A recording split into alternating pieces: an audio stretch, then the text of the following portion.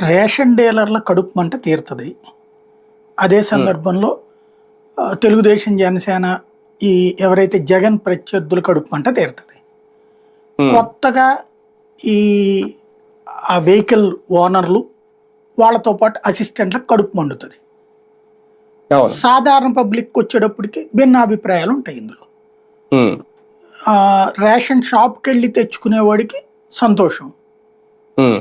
ఇంటి దగ్గర తీసుకోవడం అలవాటు పడ్డోడికి కోపం. అవును. రెండు ఉంటాయి. హ్మ్. ఓవరాల్గా చూసుకుంటే దీంట్లో ప్రయోజనం ఎక్కువ ఉందా, నష్టం ఎక్కువ ఉందా అనేది ఇప్పుడేం తేలదు. ఎలక్షన్స్ అవును. తర్వాతనే తేలుతుంది. అప్పటికి అంతే. తెలిసినా చేసుకునేది ఏముండదు. ప్రాక్టికల్గా హ్మ్. ముందు పబ్లిక్ పల్స్ ఏంటి అనేటటువంటి చూసేటప్పుడు హ్మ్. సాధారణంగా తెలివైన వాళ్ళు ఎవరో కూడా నోటి దగ్గరకు వచ్చిన ముద్ద తీయరు. అవును. జగన్ ఒక తప్పు చేశాడని ఇప్పటికీ ఎత్తి చూపెడతా ఉంటాం. ఒక అన్న క్యాంటీన్లో ఎంతమందికి భోజనం పెడతారు? ఇప్పుడు హ్మ్. 375 మందికో ఏమో, అవును. అప్పుడు 300 మందికి. హ్మ్. రాష్ట్ర వ్యాప్తంగా మొత్తం కలిపితే ఎన్ని పెట్టారు అప్పుడు? 100 200 హ్మ్. పెట్టినట్టున్నారు. ఓ లక్ష అవును. ఏం పెట్టలేదు కదా. లేదు.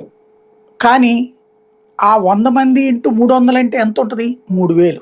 3 పూట్ల హ్మ్. కలిపితే 9000. అవును. దానికే ఎంత ఫీల్ అయ్యాం, ఎన్నిసార్లు హ్మ్. మాట్లాడుకున్నాం దాని గురించి. హ్మ్. అవును. అట్లా